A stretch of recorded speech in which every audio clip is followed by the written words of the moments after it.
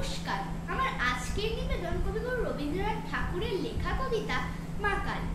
গৌরবর্ণ নধর দেহ, নাম শ্রীযুক্ত রাখাল। জন্ম তাহার হয়েছিল সেই বছর আকাল।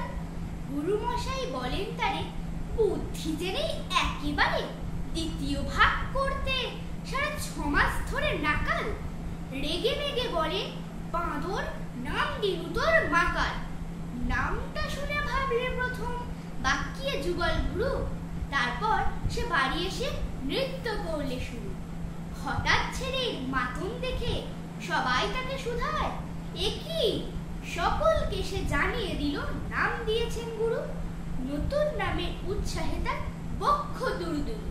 কোলের পরে বসিয়ে দাদা বললে কানে কানে, গুরুমশাই গাল দিয়েছেন, বুঝিস নে তার মানে?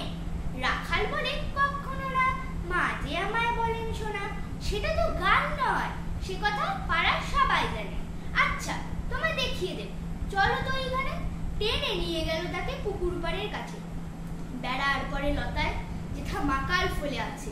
বললে, দাদা সত্যি বলো, শোনার চেয়ে মন্দ হলো?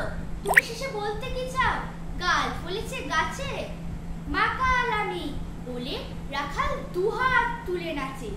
দোয়াত কলম নিয়ে ছোটে, খেলতে নাহি যায়। লেখাপড়ায় মন দেখে মা অবাক হয়ে যায়। খাবার বেলায় অবশেষে দেখেছিলেন কাণ্ড এসে।